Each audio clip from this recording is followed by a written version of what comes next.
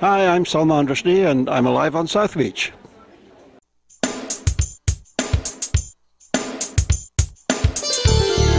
Hi, I'm Dena Stewart. And I'm Stewart.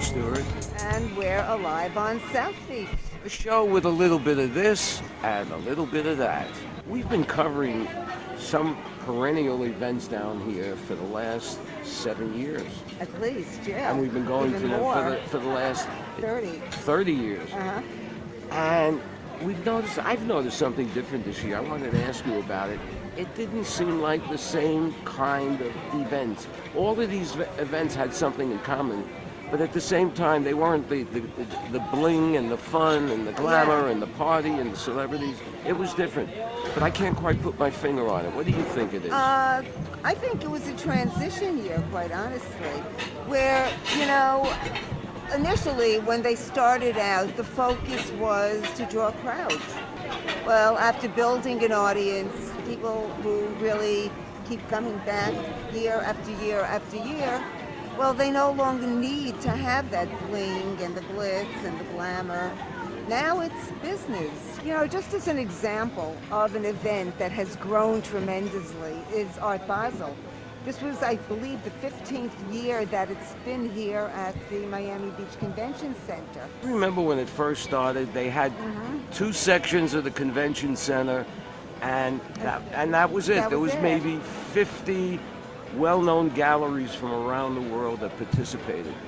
Now, And then the next year, in addition to that, they expanded their space, and suddenly there were 10 satellite galleries popping up all over the beach.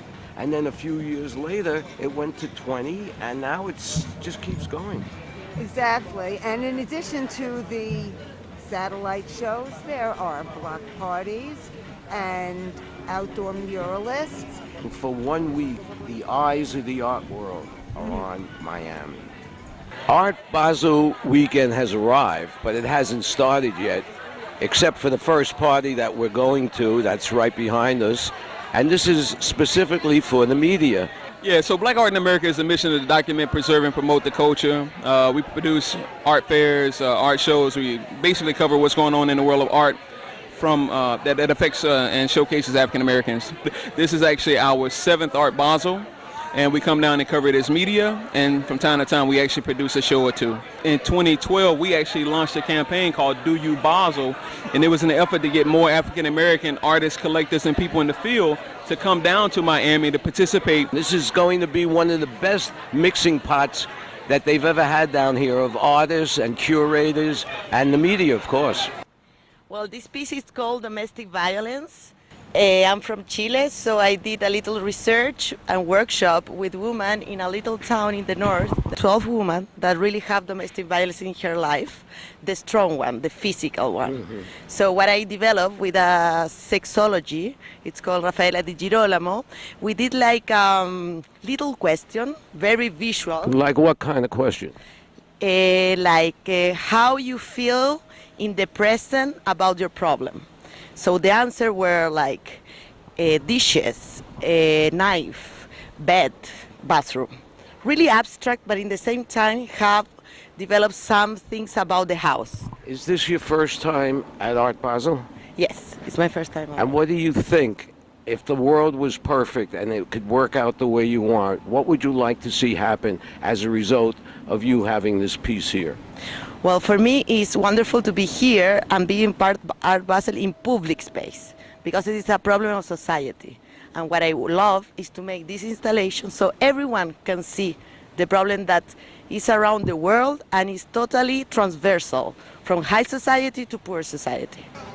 Another event that has grown tremendously is the Miami Book Fair. What started as a small fair for literary people now has become a major event. It has grown so big that now celebrity authors want to come down here and literally line up to be put on the program. Absolutely. The 34th edition of the Miami Book Fair has been going on for a week.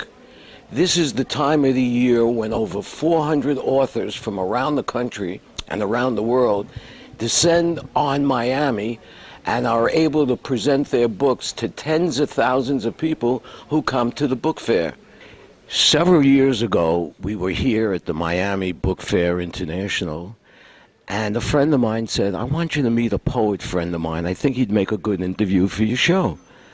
Well, it was the end of the day, and we did about 7 or 8 interviews that day, and you came in, and we sat and talked, and I just had a good time talking to you. And a couple of weeks later, I'm watching the inauguration of President Obama in 2013, and there on the stage, there you are. My God, I 2 weeks earlier, you didn't even give a clue that you were going to be the poet laureate of the United States. I didn't know. Actually, I got the call on December 12th, and the inauguration was on January 21st, so I didn't know myself. After the announcement was made, and you're in the public eye, and you read this amazing poem, what happened next? How did your life change as a result of being seen by 100 million people on television? I mean, it's changed in 3 very important ways. One, that moment, part of me still sort of felt that I, as a little Cuban chubby gay kid from Miami, that I wasn't part of the American narrative, or I wasn't sure. I mean, not completely unsure, but I still felt something like, is this really my country? Do I really belong here? Or am I going to live here the rest of my, that kind of feeling, not sure you belong. And that moment confirmed something very important for me, which was that that's exactly those kinds of narratives have always been part of what America is. And then the other part was it changed my idea of my sense of what poetry could do, or poetry's place in America. What is poetry's place in America? Well, I had sort of tossed my hands up in the air, and kind of like most of us have done, and say, poetry is not for everyone. It's a vocation. I love the company of poets and the work that we do, but it is what it is, and we've kind of resigned ourselves to thinking that poetry can't occupy the public consciousness in the ways that maybe we wished it would. But that moment is so public. I mean, it's 40 million people. It's the one moment. It's arguably the most public moment of poetry in America, right? So what it does, it opened the door for me to go to all these places that suddenly were opening their door to poetry. And I think, hey, I understood that poem, and I felt part of that poem, and this isn't like the stuff we were reading in high school, right? So suddenly that changed. So that changed my perception of poetry, and that changed also my career and how I write, or I say not how I write, but the subjects I've been writing about. So I spend most of the time, doing readings, lectures, appearances in places like, I've read poetry now at the USDA and the FDIC and like Silicon Valley, and because when people are given a chance with poetry, an authentic chance, the response is usually positive. You're still writing poetry.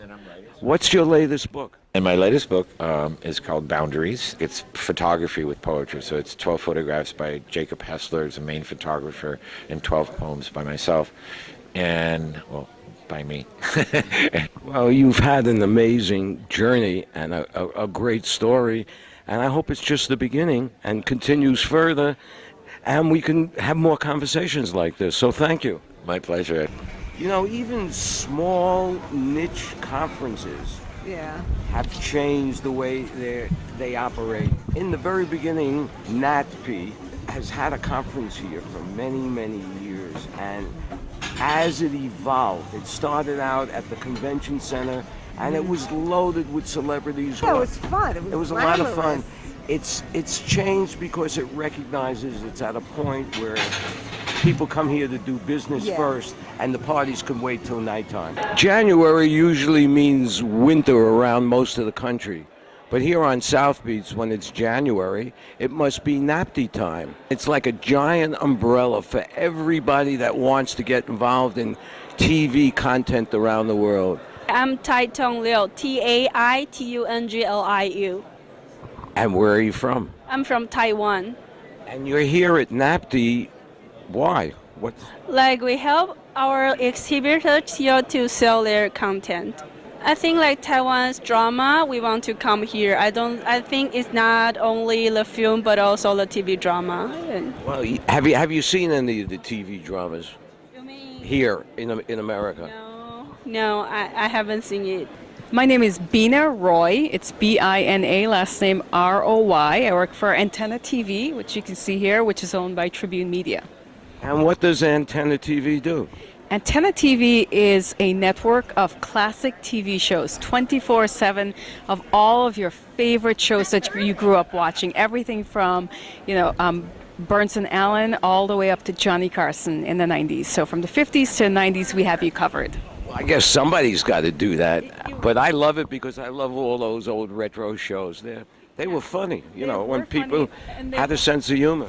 They are funny and they hold up extremely well. Our audience is yearning for that past, that nostalgic feeling. Yes. Let me explain the real reason I stopped by. We were walking by, and if you follow me over here, we saw a little kid eating one of these. Yes. And I haven't seen anything like this since we were in Sicily. Oh, really? And it Good. looked so good, so we just stopped by. Well, try one. I am. Bon appetit. Good ice cream. Yes. Good brioche. It's brioche and ice cream. It's a little warm on the outside so that the ice cream melts just a little bit. Well, I know Natpe is very competitive. So this is a very interesting idea to entice people. Because we came right here, it was like radar. We saw this and we got to stop off and see. It fits our brand, right? We are comfort food. We are nostalgia for people. It takes them back to a time that makes them feel good about themselves, that was happy for them. And that's what these foods do, right? The cookie or a warm ice cream sandwich. That's what it do. It makes you feel the same way. See, that's clever marketing. This year, A Taste of the Garden, that's held every year at the Miami Beach Botanical Garden, was super special because it was recovering from Hurricane Irma.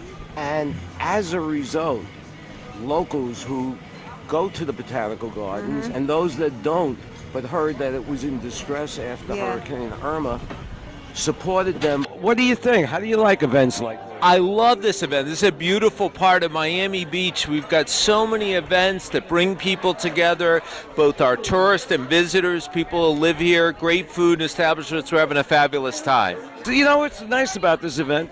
You bump into people that you know. Yeah, I wasn't even sure you were going to be here, but it's a pleasure to bump into you guys, and you're always at the good parties. This is the place to be tonight. I'm standing here with Sandy Shapiro, who is the executive director of the Botanical Gardens here on Miami Beach. And one of the great events of this season is A Taste at the Garden. The whole mission of what we do here is all about being Miami Beach's backyard. Whether you're in a condo or you have a massive backyard, this is the one you can come to, hang out. If you want to weed, you can. If not, we weed for you. And we welcome everyone. We have wonderful programming, year-round programming, and with that, it's free and open to the public. Why wouldn't you come? I'd like to give a shout out to David New for a very successful second annual South Beach Jazz Festival. This year it starred Branford Marsalis. I meant to ask you this at the opening of the show because this was kind of sudden. What's with the hat? Now that's a great segue into Art Deco Weekend. And what started out as a little celebration of the Art Deco architecture and that era, the flappers, the 20s, now the street fair, which was the centerpiece of that, is now just a small part of something much bigger. And there are the vendors who sell hats. I'm Dena Stewart. And I'm Stewart. And we're live on South Beach at the Cafe at Books and Books on Lincoln Road. Which still has the same great food it always has. The Syndicated News Network. Hi, I'm Louis Aguirre, and I'm alive on South Beach.